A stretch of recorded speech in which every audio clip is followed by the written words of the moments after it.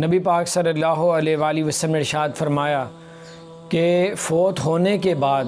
اگر کسی مسلمان مومن کو مرنے کے بعد بھی اس کا اجر و ثواب نیکیاں ملتی رہیں، ان میں سے ایک یہ بھی ہے کہ اگر آپ نے کسی کو اپنی زندگی میں علم سکھایا ہے یا علم کو پھیلایا ہے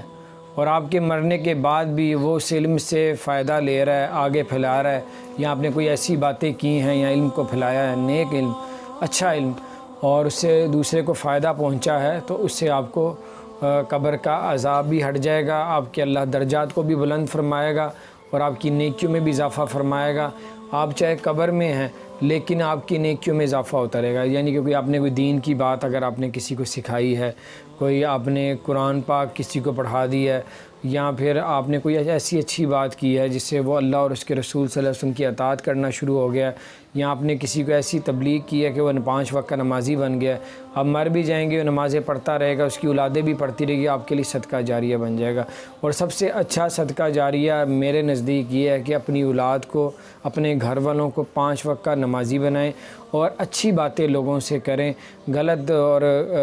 جو غلط قسم کی باتیں ہوتی ہیں اپنی زبان سے نہ نکالا کریں، کیونکہ اللہ تعالیٰ ناراض ہوتا ہے، اللہ تعالیٰ ہماری آنکھوں کی خیانت اور دل کی پوشیدہ باتوں کو جانتا ہے۔ تو اس لیے تو اللہ قرآن میں ارشاد فرماتا ہے کہ میں نے زندگی اور موت کو اس لیے پیدا کیا تاکہ تمہاری آزمائش کر سکیں کہ تم میں کون اچھے کام کرتا ہے۔ لوگوں ایسے کام کر جائیں جس سے آپ کے مرنے کے بعد بھی صدقہ جاریہ بن جائے۔ اگر اللہ تعالیٰ نے آپ کو دولت دی ہے، کسی کی شادی کروا دیں،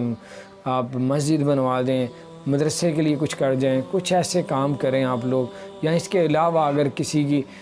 کسی کو عمرہ کروا دیا، کسی کو حج کروا دیا، اگر اللہ نے آپ کو دولت دی ہے، اگر آپ کے پاس کچھ نہیں ہے اور آپ یہ کچھ نہیں کر سکتے، تو آپ اپنی اولاد کو، اپنے بہن بھائیوں کو، اپنے گھر والوں کو 5 وقت کا نمازی بنا دیں، علم ان کو سکھا دیں کہ اللہ کے رسول نے کیا فرمایا ہے، قرآن پاک میں کیا ہے،